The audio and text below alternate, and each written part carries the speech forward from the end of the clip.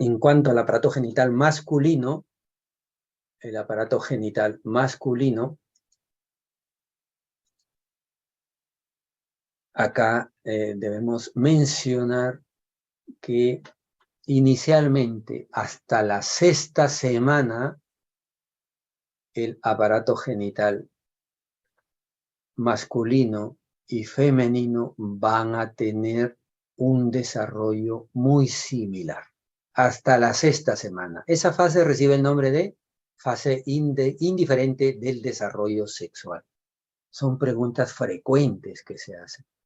La fase indiferente del desarrollo sexual hasta 6ª semana. ¿Y cuándo empieza ya la diferenciación sexual, morfológica? 7ª semana, no olviden. Y lo otro que es muy importante, el sexo cromosómico de un embrión, ¿cuándo se determina? Cuando nace o cuando habla ya y le preguntas, ¿quieres ser hombre o quieres ser mujer? ¿Cómo nos hacen creer? No, no. Es en el momento de la fecundación.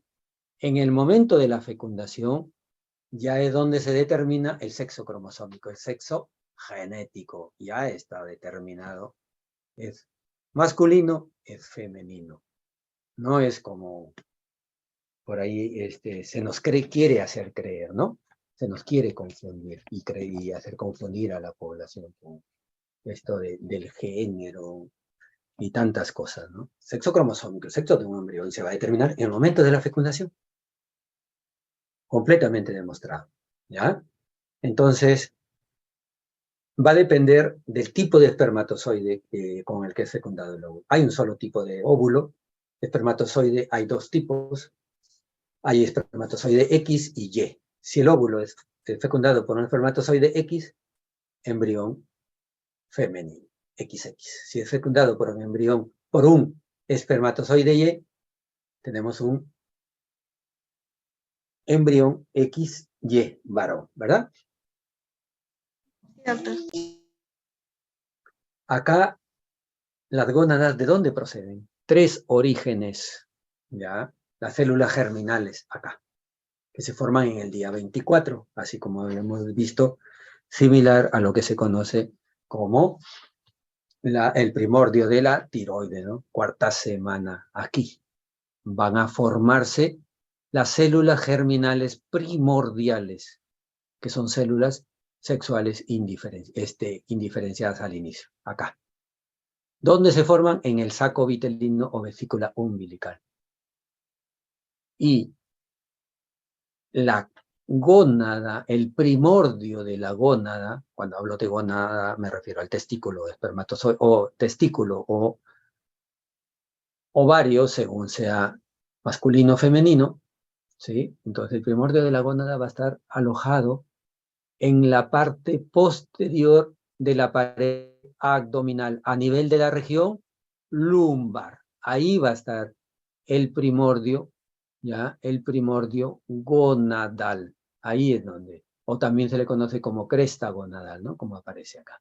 Acá está el primordio, ya casi en la parte superior del mesonefros, ya acá. Entonces, las gónadas derivan de las células germinales primordiales que se formaron en el saco vitelino, del mesotelio que está revistiendo la pared posterior abdominal, y había dicho que acá es donde está ubicada las primordios gonadales, y el mesodermo, el mesénquima, que está alrededor de esta zona, ¿no?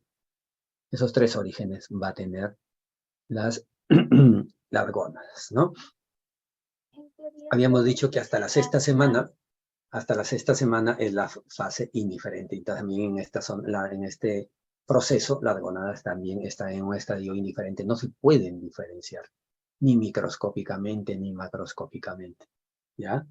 Tenemos pues que, habíamos dicho que en la 5ª semana ya se forman las crestas genitales, en la 4ª semana las células primordiales genitales en el saco vitelino. Así también tenemos que en la 5ª semana, en cada una de las gónadas, ¿sí? Va a haber el desarrollo, se va a desarrollar la parte medial se va a desarrollar en el mesotelio, en la parte medial del mesonefro, acá. ¿sí? Las gónadas, el primordio gonadal. Dentro de estos primordios gonadales van a formarse los denominados cordones gonadales, ¿ya? Se forman los cordones gonadales, que van a crecer en esta parte del mesodermo, en el mesénquima, ¿no? Toda, no olviden, toda gónada tiene, indiferenciada, tiene dos partes. Así como habíamos visto en la glándula suprarrenal, que tiene una corteza que es externa y una parte interna que es la médula, también las gónadas, sea masculino o femenino, sea ovario o testículo, tienen también esta misma estructura, ¿no? Una corteza externa y una médula interna. Pero una vez que empieza ya la diferenciación sexual, que hemos dicho que se origina a partir de la séptima semana, ¿sí? Las gónadas ya se van a diferenciar. En los embriones masculinos XY, ¿qué parte de la gónada se desarrolla? Se desarrolla la parte interna. La médula es lo que desarrolla el testículo, el varón. Mientras que la parte externa, que es la corteza, va a regresionar, va a involucionar. Y lo opuesto se va a dar en el embrión XY. ¿Ya? La médula desaparece, regresiona y la corteza es lo que desarrolla. No olviden esa parte. Ya lo que habíamos dicho acá, el día 24 en el saco vitelino, células germinales primordiales que van a migrar hasta el primordio gonadal, cresta genital, a través del mesenterio, ya, del mesenterio dorsal. Este es el mesenterio del intestino posterior, ¿ya? Este es el intestino posterior, el mesenterio, su parte mesenquimal, que lo une, ¿sí? A la pared, a través de esta estructura es donde va a migrar. ¿Quién dirige la migración? La migración de estas células germinales va a estar regulada por los genes Stella, Fragilis y la proteína morfogénica ósea, ¿ya? La tipo 4. Ojo, muy importante esto. En el brazo corto del cromosoma Y, el cromosoma Y solamente los varones, ¿sí? Hay un gen que se conoce como el gen SRY, de la determinación del sexo. ¿Ya? Específicamente está en el locus YP11.3, que se considera un factor crítico para la determinación del sexo masculino. ¿Ya? Otra cosa también, ¿ya? Bajo la influencia de este gen SRY, los cordones gonadales que habíamos dicho que se empiezan a formar, ¿cuándo? Quinta semana, ¿no? Por acá creo que les había dicho acá, ¿ya?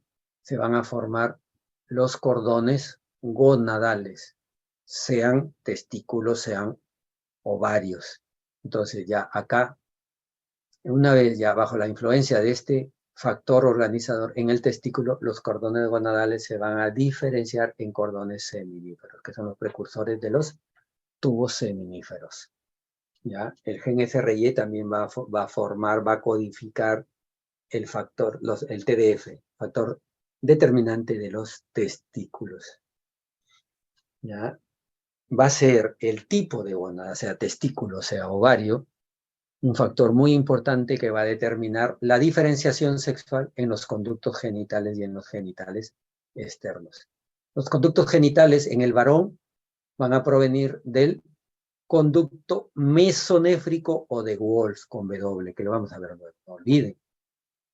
Conducto genital de Wolff o mesonéfrico son sinónimos en el varón. Y en la mujer, el conducto paramesonéfrico o conducto mülleriano, sinónimos. Cuando se empieza a producir ya la dihidrotestosterona es el metabolito activo de la testosterona. ¿Ya? Cuando hablamos de dihidrotestosterona estamos hablando de la testosterona, ¿no? Porque es un metabolito como actúa. Entonces, ¿cuándo se forma la testosterona? Octava semana. ¿Quién lo forma? Lo forman las células de Leydig o células intersticiales, ¿ya? Esta testosterona, junto con la hormona antimülleriana, ¿qué es la hormona antimülleriana? Su nombre lo indica, es la hormona que suprime, que inhibe, que no deja que los conductos müllerianos, acabamos de decir que los conductos müllerianos son los conductos de los genitales femeninos van a dar origen al útero, las trompas y el tercio superior de la vagina. Entonces, para que el hombre no desarrolle esto,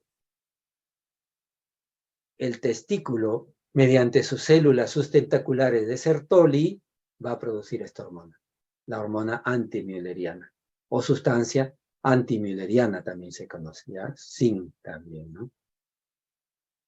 Entonces, estos dos factores van a determinar la diferenciación sexual masculina. Acabamos de decir al inicio de la clase de la parte genitales masculinos que la diferenciación sexual, ¿en qué semana inicia? Séptima semana, no olviden, jóvenes. ¿Ya? Entonces, para que se desarrolle el fenotipo femenino, se necesitan la presencia de 2 cromosomas X. ¿Sí? Y si no hay 2 cromosomas X, ya, basta que haya uno también, generalmente se puede, como el síndrome de Tanner, ya, el síndrome de Tanner, el cromosoma sexual es X0 y desarrolla ovarios, ya, pero en un embrión que no tenga cromosoma Y, perdón, que no toma cromosoma Y, no se va a formar testículo. Un embrión sin cromosoma Y, ¿qué va a originar? Ovario.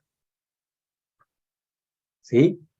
Cuando ya se produce el desarrollo ovárico, aproximadamente va a ser en la semana 12, pero ya se puede diferenciar desde la semana 10 histológicamente.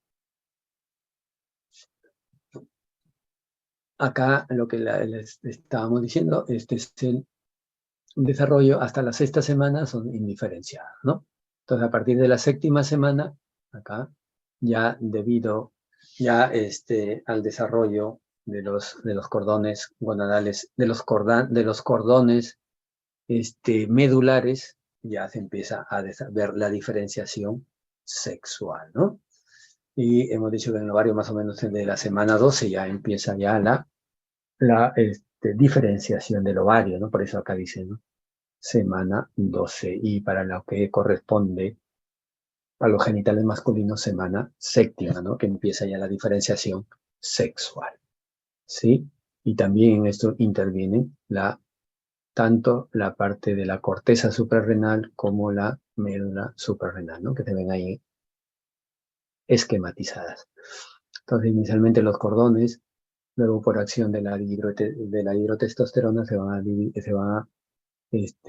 a dar origen a los cordones seminíferos, que después van a formar los conductos, los túbulos seminíferos que van a dar origen a la espermatogénesis, ¿no? Acá esto en vez de ovogonia debe ser espermatogonia, ¿no? Acá creo que han cambiado, sí, espermatogonia es acá. Porque estas son las células sustentaculares de Sertoli que producen la antimülleriana. ¿Ya? Y este es el ovario. Miren lo que desarrolla en el testículo, la parte central, la médula. Miren lo que desarrolla en el ovario, la parte externa, la corteza, y la parte central regresiona. Una gónada indiferenciada, ya, ya estamos hablando de una gónada hasta la 6ª semana, ¿sí? Se va a empezar a diferenciar después por la influencia del gen del cromosoma Y. Si no hay cromosoma Y, no desarrolla testículo. ¿Sí? En los embriones femeninos XX, debido a que no hay presencia de gen Y, de cromosoma Y, lo que se forma son los ovarios. Los ovarios van a producir su presencia ovárica, la presencia ovárica va a producir desaparición, degeneración de la parte central de la médula, ¿verdad? Habíamos dicho hace un momento que lo que desarrolla el ovario es su corteza y la parte central es lo que desaparece, aparece la médula. ¿Qué desarrolla? Los cordones externos, los cordones corticales, mientras que en el testículo lo opuesto, lo que desarrolla son los cordones medulares, ¿ya? Mientras que los cordones corticales regresionan, desaparecen, ¿de acuerdo? Gracias a la presencia del gen SRY, el testículo va a dar origen a los cordones medulares, a la red de testis, a la túnica albuginea, las células de Sertoli van a producir, esta es la sustancia inhibitoria mülleriana o la hormona antimülleriana. Las células de Leydig producen testosterona. ¿A partir de cuándo? Octava semana. Los cordones testiculares originan los tubos seminíferos que empiezan a funcionar ya en la pubertad, ¿no? Los conductillos eferentes son los que se van a relacionar con los tubos excretores mesonéfricos. Ya de acá van a proceder. Y el epidídimo y el conducto deferente van a proceder de los conductos mesonéfricos o conductos de Wolff. Epidídimo, conducto deferente y la vesícula seminal derivan del conducto mesonéfrico o de Wolff. Acá podemos ver que gracias a la presencia del testículo que va a producir la testosterona, entonces el conducto mesonéfrico va a dar origen al conducto deferente, el epidídimo y las vesículas seminales. Y por otra parte, los genitales externos van a ser estimulados y vamos a tener el desarrollo del pene, el escroto y la próstata también. ¿Ya? Mientras que por acción de los estrógenos que se producen a nivel de la corteza y el ovario, los genitales externos, maternos, ¿no? Me refiero a maternos. Los genitales externos van a dar origen a los labios mayores, menores, clítoris, y los 2/3 inferiores de la vagina. 2/3 inferiores de la vagina, por acción de del estrógeno, ¿no? Mientras que, asimismo, por acción ovárica, los conductos paramesonéfricos, que habíamos dicho que es igual que conductos müllerianos, van a dar origen a las trompas de falopio, o las trompas uterinas, útero, y el tercio superior de la vagina. Miren que la vagina tiene origen diferente, ¿no? El tercio superior, conducto de Müller. Los 2/3 inferiores, genitales, van a derivar del seno urogenital, como vamos a ver más adelante. Acá, ¿no? Este es el conducto paramesonéfrico, perdón, mesonéfrico, este es el conducto mesonéfrico. Acá está, el conducto mesonéfrico. ¿Sí? El conducto mesonéfrico va a dar origen por acción de la testosterona y el gen SRI, va a dar origen a esta parte interna, que es el epidídimo, ¿ya? Que está a continuación de los conductillos eferentes, la acumulación de esto va a dar origen al epidídimo, y al conducto deferente. Y ya este conducto deferente en su parte última también tiene otra estructura, la vesícula seminal. Todo esto derivan del conducto mesonéfrico. ¿Ya? Entonces, los conductos genitales o conductos de Wolff, acá están los conductos mesonéfricos o de Wolff, ¿qué van a originar? Epidídimo, conducto deferente, ¿ya? Conducto deferente y la vesícula seminal. La próstata también, si bien es cierto, no deriva directamente de esto, pero está relacionado con su desarrollo, ¿no? Se va a desarrollar, se va a formar de vaginaciones endodérmicas de la uretra prostática. ¿Sí? Descenso testicular, habíamos dicho que el testículo se va a formar inicialmente la cresta genital, la cresta primordio de las gónadas, el primordio gonadal va a estar en la región lumbar, en la parte posterior de la pared abdominal, ¿no?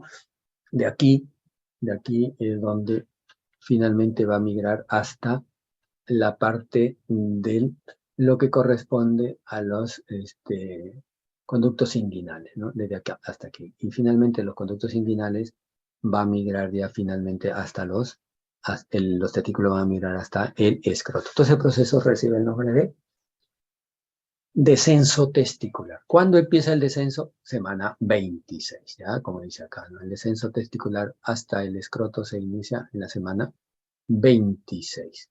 Y generalmente, ¿ya? Los testículos van a llegar ya en su mayoría al escroto ya en la semana 32, ¿no?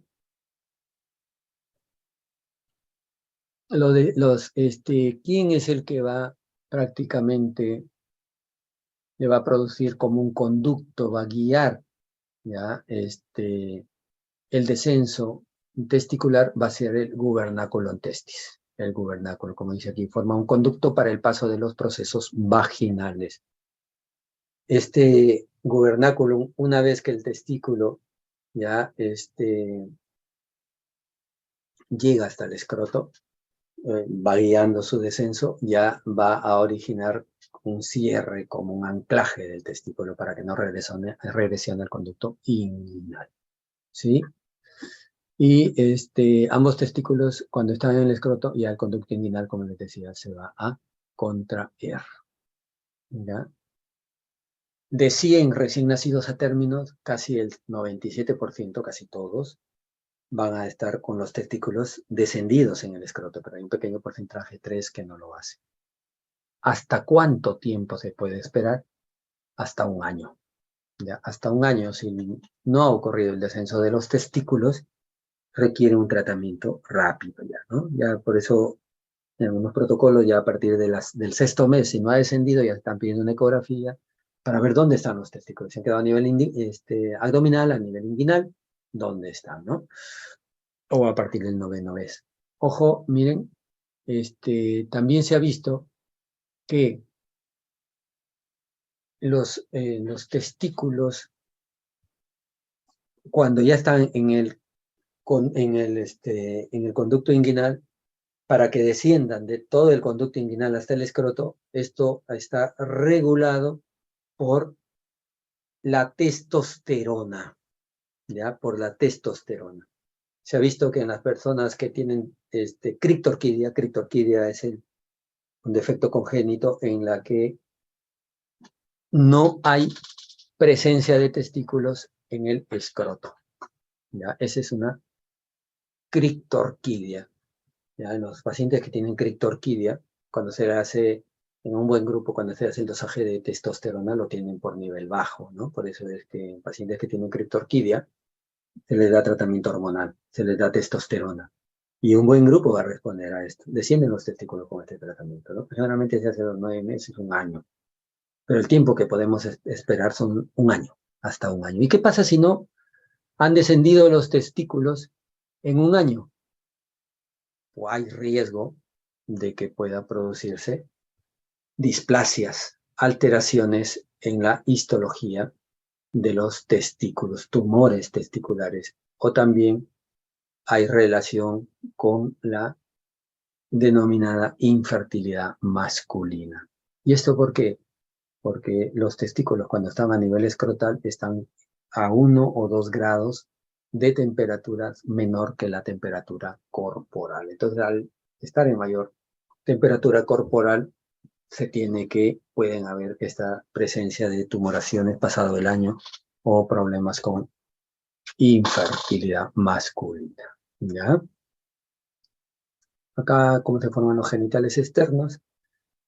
Bueno, saben que inicialmente la parte última del intestino es la cloaca, ¿no? La cloaca. La parte última del intestino posterior, para ser más específico, es la cloaca. Pero después esta cloaca, ¿sí?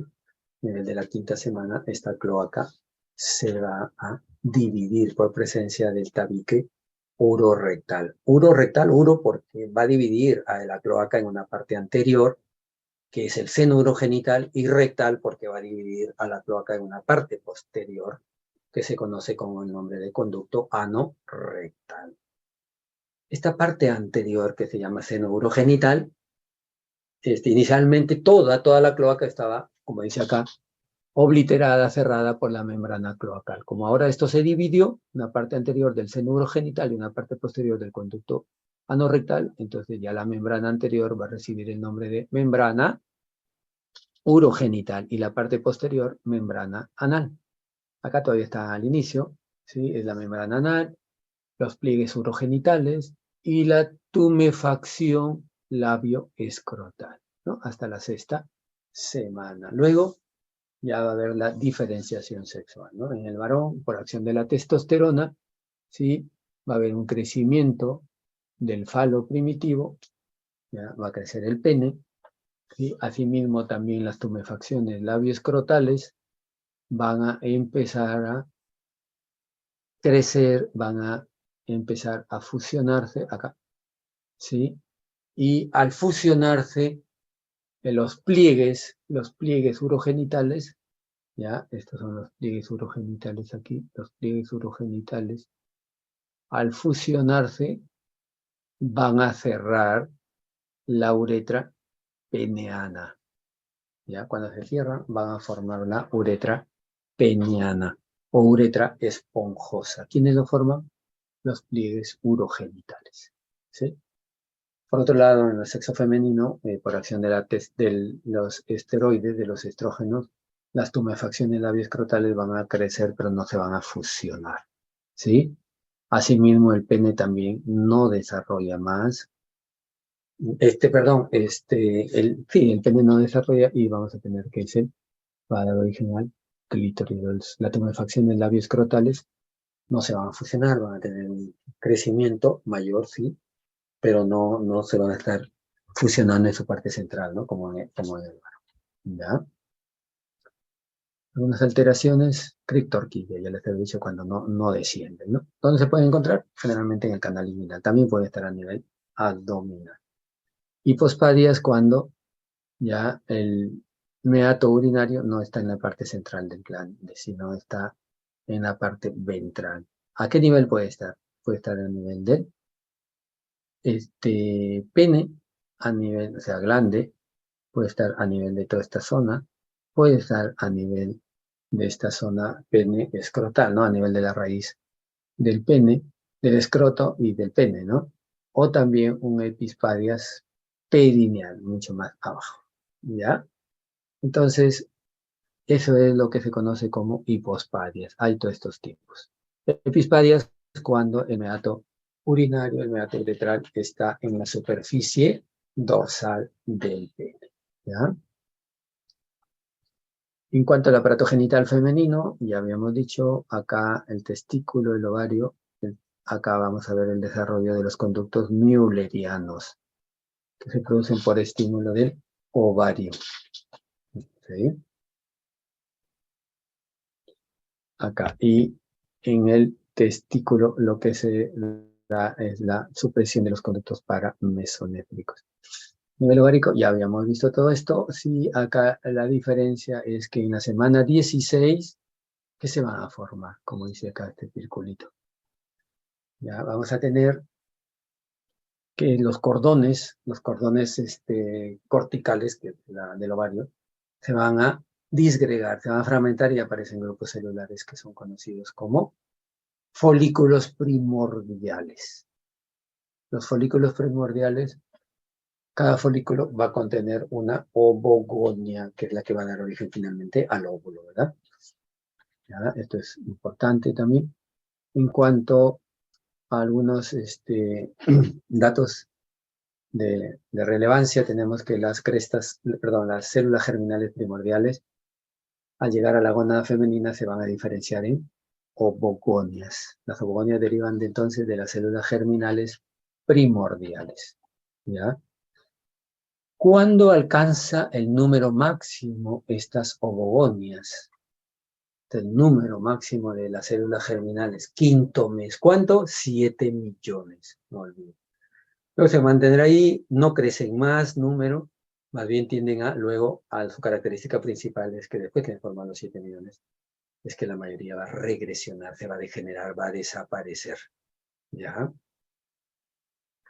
Y tenemos que los ovocitos primarios sobrevivientes al final van a llegar ya hasta previo al nacimiento en una fase de reposo, que se conoce con el nombre de etapa de diploteno. ¿Ya? Estos ovocitos primarios entran en una etapa de reposo que se encuentra en la profase de la primera división meiótica. Este dato es importantísimo, ya no olviden. Al momento del nacimiento, ¿en qué fase se encuentra de maduración los ovocitos primarios? Profase de la primera división meiótica. ¿Cómo se llama esa etapa de reposo? Diploteno. ¿Ya? Lo otro es que habíamos visto que al quinto mes una dama tiene 7 millones, pero en el momento del nacer, como la gran mayoría de estos ovogonias, de estos folículos primarios, regresionan, desaparecen, al momento del nacer apenas hay 600.000 a 800.000. Y durante la niñez, la mayor parte de los ovocitos va a sufrir una atresia, una regresión, van a degenerar, llegando así al momento de la pubertad apenas 40.000. Apenas estos datos, son muy, muy importantes. ¿Y cuántos llegan a madurar? Apenas 400, 350, máximo 500. Miren, la mitad de 1 millar, de 7 millones, que se van a liberar durante la vida reproductiva de una mujer, ¿no? También hay descenso ovárico, así como habíamos visto que hay descenso testicular. Hemos dicho que las gónadas se forman en la pared posterior abdominal, a nivel de la región lumbar, entonces no se quedan ahí. Van a tener una migración, van a descender desde esta región lumbar hacia las paredes laterales de la pelvis, ¿ya? Como vemos ahí en el esquema. Y también aquí va a ser el gubernáculo el que va a estar unido va a unir el ovario, ¿ya?, a las partes de los ligamentos. Va a ligarlo al útero, ¿no? Porque específicamente va a estar en la cara posterior del ligamento ancho, ¿ya? Ahí se va a alojar en la fosita ovárica el ovario, ¿sí? Vamos a tener que este ligamento, este gubernáculo, va a dar origen a dos estructuras importantes. La parte proximal, cuando hablamos de proximal, la porción que está próxima al ovario, va a dar origen al ligamento ovárico, mientras que su rama distal va a dar origen al ligamento redondo del útero. Este ligamento redondo del útero también se pregunta varias veces, frecuente por su importancia, ¿no?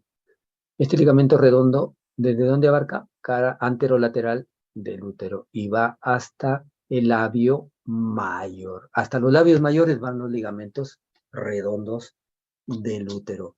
Atraviesan el canal inguinal, ¿sí? Los conductos genitales femeninos, ¿de dónde provienen? De los conductos paramesonéfricos o de Müller, como dice acá. ¿Y qué van a formar? ¿Qué van a constituir?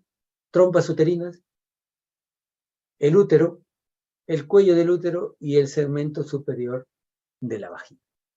¿Ya? Eso es lo que va a producir. Por otro lado, los estrógenos van a actuar sobre los genitales externos, dando origen a labios mayores, menores, clítoris y segmento ya inferior de la vagina. Segmento inferior va a provenir ya del seno urogenital, como vamos a ver. Acá miren, tenemos los conductos müllerianos o conductos paramesonéfricos, lo que está apareciendo acá en celeste, ¿no? La parte caudal proximal, craneal proximal, que es todo esto, va a dar origen a las trompas uterinas. Estas son las trompas uterinas. Ahí está su tuba, ¿no? ¿Ya? Entonces, y en su parte más distal, más caudal, los conductos paramesonéfricos de Müller se van a fusionar y van a dar origen a un primordio. ¿Cómo se llama ese primordio? Primordio útero vaginal. Así, este es un corte sagital donde se muestra la importancia del primordio uterogenital. Aparte que produce el útero, produce el tercio superior de la vagina, este primordio útero vaginal, cuando hace contacto, este es el seno urogenital que les hablaba, ¿ya? Antes todo esto estaba unido y recibe el nombre de cloaca. La cloaca se comunicaba con el conducto vitelino a través de esta estructura que recibe el nombre de alantoides. ¿Ya? Entonces, la cloaca quedó dividida por el tabique urorectal en el seno urogenital y el conducto anorrectal. El seno urogenital, ¿sí?, en la parte superior va a dar origen a la vejiga, la parte media va a dar origen a la uretra y la parte más última va a ser la porción fálica que va a dar origen al al clítoris, al pene. ¿Ya? Esto. Además, también cuando crece el primordio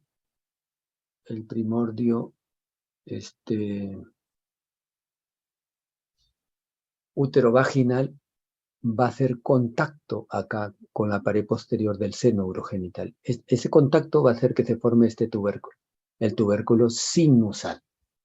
¿ya? El tubérculo sinusal, entonces se va a formar como parte, ahí está, del mismo color amarillo que el seno urogenital. ¿De acuerdo? Entonces acá ha producido esta estructura, el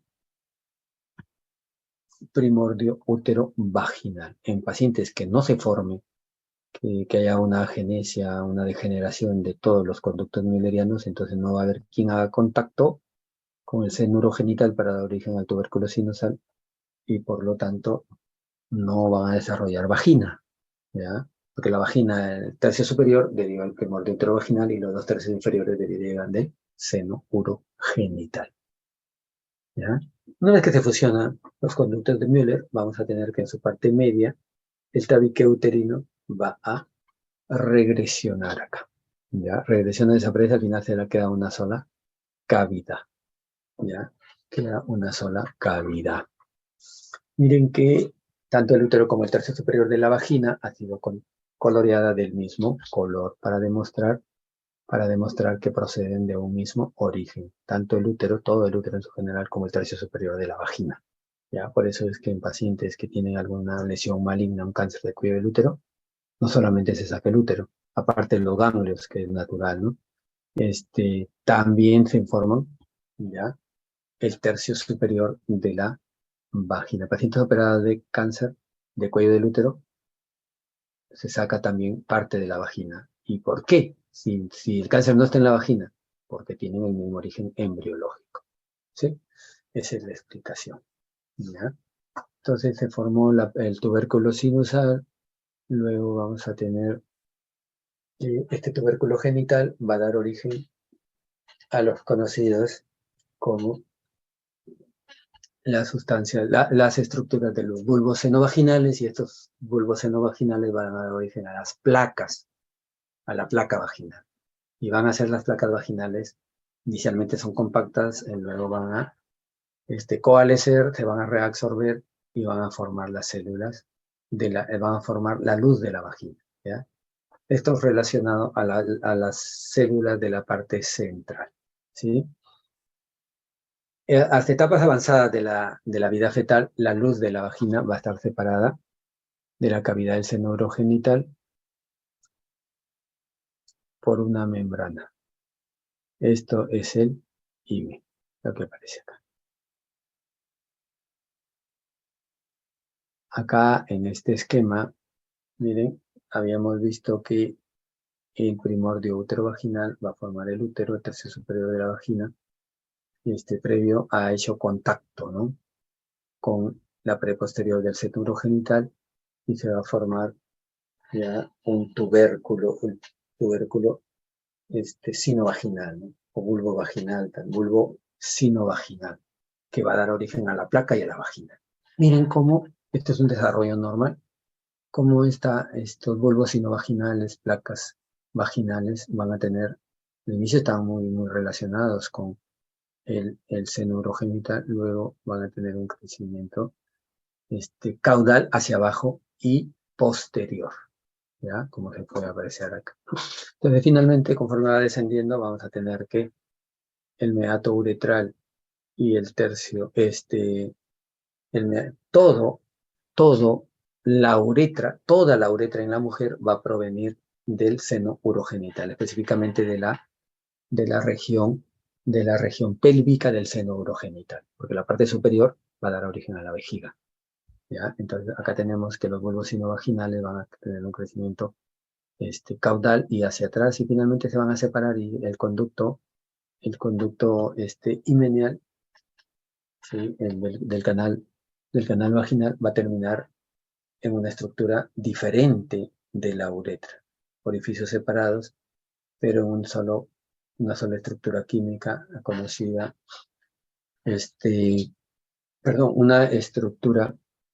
una estructura vaginal conocida con el nombre de vestíbulo vaginal, pero orificios separados, ¿ya? Ya habíamos visto esto sobre el crecimiento, datos importantes. Habíamos visto cuando los genitales no parecen masculinos, parecen femeninos, pero no son los tipos genitales ambiguos, conocidos como antes como hermafroditas, ahora el término actual es en los trastornos del desarrollo sexual, los TDS. ¿Ya?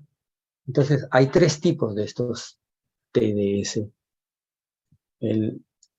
Antes les decía que los hermafroditas, ¿no? Cuando tienen tejido ovotesticular, que es rarísimo, son los hermafroditas verdaderos, la mayoría son cromosomios 46XX, ¿ya? Hasta un 70%. Ojo para que no se les confunda. Los TDS con complemento cromosómico, ¿qué sexo genético son? Hombres, mujeres.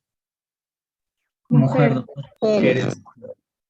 Son mujeres genéticamente, cromosómicamente, cariotípicamente, pero sus genitales externos parecen masculinos. ¿De acuerdo? Acá vamos a tener ejemplo típico, clásico, la hiperplasia suprarrenal congénita. Entonces, la hiperplasia suprarrenal congénita se relaciona con un trastorno del desarrollo sexual con complemento cromosómico 46XX. No olviden. En cambio, los TDS con complemento cromosómico 46XY, tenemos que genéticamente son varones, ¿no? Son masculinos. Pero cuando nacen, tienen genitales externos femeninos. ¿Ya? Acá típicamente el ejemplo clásico, el síndrome de Morris o síndrome de SIA, el síndrome de SIA, síndrome de insensibilidad a los andrógenos. Son varones, sus testículos producen testosterona, pero no tienen los receptores para captar la testosterona. Por lo tanto, los genitales externos, que son dependientes del estímulo de la testosterona, no van a desarrollar. El pene va a quedar pequeño, que va a parecer un clítoris, ¿sí? Las tumefacciones labiocrostales no se van a hipertrofiar, no van a fusionarse y van a quedar separados, dando la apariencia de labios mayores, labios menores y un canal vaginal, que generalmente ya cuando crecen y se examina, no es ningún canal vaginal, un pequeño fondo de saco ciego nada más, que quedó por la ausencia del cierre de la fusión de las tumefacciones labioescrotales. ¿Ya? Entonces, esos son los TDS, ¿ya? 46Y, yo digo, este es un varón. Entonces, para considerarlo TDS, que antes era hermafrodita, cuando nace se parece a una mujer. Este es el desarrollo normal y acá, miren, ha habido una alteración acá. ¿Ya? Entonces, va a haber una persistencia del seno urogenital. Entonces, el conducto uterino y parte de la vagina que se forma, el tercio superior, van a desembocar directamente en el seno urogenital persistente, que prácticamente debió ser la uretra para estar, pero separada de la placa vaginal, pero no se da, están juntos ahí, ¿ya? Esta característica también de la hiperplasia suprarrenal congénita, ¿no? Ahí el ejemplo. Ectoscópicamente, lo que miramos es una dama, ¿verdad? Pero sí nos llama la atención que tiene extremidades tanto superiores como inferiores largas, ¿no? Esta jovencita, entre comillas, consultó porque tenía 17 años y no le venía la regla, ¿no? La regla debe venir a los 15 años, ¿sí? No viene y hay que investigar por qué. Entonces, lo primero, cuando lo examinan, siempre hay que examinar, lo primero cuando lo examinan, aparentemente tiene labios mayores, tiene un vello pubiano, tiene senos, ensanchamiento de las caderas, genitales externos, genitales ya desarrollo de caracteres sexuales secundarios. Pero cuando se le examina vagina no se encuentra canal vaginal, se encuentra un fondo de saco ciego, hay un pequeño saco, ¿no? Ciego, que no comunica con nada. Y cuando se le examina bien se le palpa testículos en el canal inguinal. ¿De acuerdo? Ya. Gustavo Flores, ¿qué pasó? Nada, doctor, solamente que una persona me había escrito al chat privado y no sé, por eso Ah, ya. estoy con... Disculpa. Ok, entonces se le palpa unas tumoraciones que dan la impresión que sean testículos, pero parece que tiene vagina, entonces genitales ambiguos. Primer paso, confirmar sexo genético. salió que era un XY. Se le hace dosaje testosterona, tiene testosterona. ¿Y qué pasó? Estudio de receptores y se encontró que era un SIA, síndrome de insensibilidad a los andrógenos. ¿Ya? Un TDS sería XX o XY. XY. XY. Genéticamente, un varón, pero sus genitales le dan apariencia de ser femeninos, ¿no? El útero doble, útero didelfo. Habíamos dicho que los conductos de Müller son dos, que para dar origen a los conductos genitales femeninos deben fusionarse en su extremo caudal, en la parte inferior, para que den un útero y el tercio superior de la vagina. Y la parte cefálica, las partes proximales o craneales quedan separados y dan origen a las trompas. Pero a veces eso no sucede, no se fusionan y cada uno de los conductos müllerianos, uno se desarrolló más antes que el otro, pero igual se desarrollan del mismo tamaño. Cada uno va a crecer por separado y cada uno origina un útero. Útero doble, también conocido con sinónimo de útero didelfo. Son sinónimos, no olviden. Se les pone una imagen de un útero doble o un útero didelfo, no encuentran la palabra útero didelfo, hay útero doble, y si no hay útero doble, va a haber útero didelfo. Son sinónimos, ¿ah? No olviden. Vamos a tener también que puede haber ausencia de vagina y útero, atresia vaginal también puede ver. Acá miren, este es el desarrollo normal. Acá miren, dos úteros. Cada conducto mülleriano no se fusionó y desarrolló de manera independiente.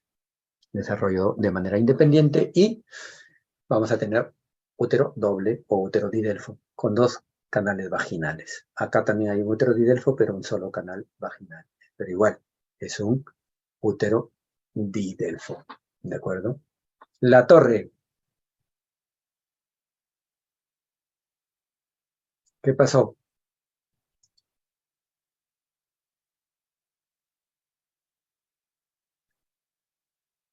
Ya, Ana Lucía dice... Una consulta, doctor. Cuando el útero cuando las paredes, perdón, cuando los dos conductos se fusionan, forman el tabique uterino, ¿verdad? Sí, lo normal es que regresione. Acá se forma un tabique al inicio y ese tabique va a regresionar. Creo que estaba por acá, creo que lo puse o no lo puse. Acá. Acá los conductos müllerianos se fusionan y este tabique que inicialmente se forma debe regresionar. Al regresionar va a quedar una sola cavidad, que es lo normal esto. A veces no regresiona, se queda allí. Útero Doctor, tabicado. ah, ok.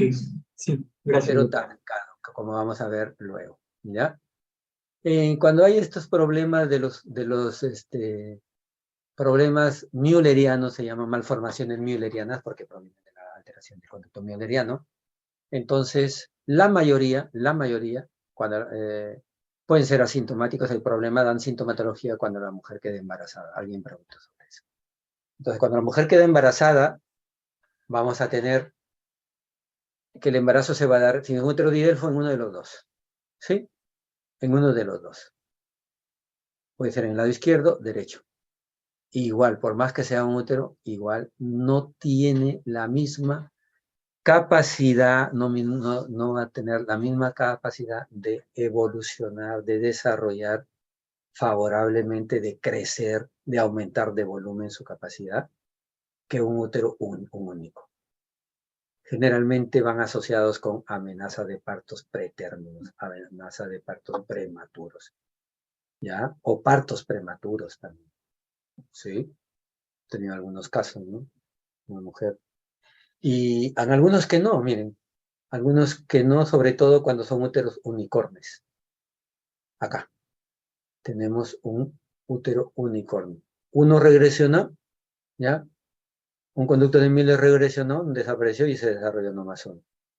¿Ya? Otros es un útero con un cuerno rudimentario. Un conducto mülleriano quedó muy pequeño y no desarrolló a la par, ¿no? Entonces, va a dar el útero con cuerno rudimentario. Tuvimos una paciente así que aparentemente fue muy bien en su embarazo, Y cuando lo operamos, no encontramos una trompa, lo buscamos y después encontramos una estructura muy pequeñita y que a un costado tenía un ovario.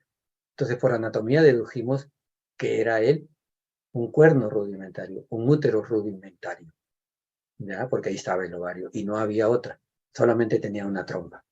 Porque como estaba gestando, todo había crecido y esta también había crecido, una pequeñez, ¿no? Un poquito. Este es un útero. Bueno, acá, miren, como habíamos visto en la imagen, lo normal es que esto regresione. Cuando no regresione el tabique de la fusión de los dos conductos mielerianos, útero tabicado. Acá ha habido una pequeña fusión en la parte más última del primordio útero vaginal, entonces útero ya bicorne, ¿sí? El útero bicorne. Y cuando no se forma el conducto, ya el conducto del orificio vaginal, al margen de la forma que sea, vamos a tener el himen imperforado, que se caracteriza a dolores cíclicos ya en la pubertad relacionados con el contenido menstrual que no puede ser evacuado. Entonces hay acumulación. Al inicio puede haber un dolor leve, moderado, pero ya después cuando se hace mes tras mes, ya esto va a bombar acá, ¿no? Y causa mucho dolor. El tratamiento es quirúrgico. Bien, jóvenes,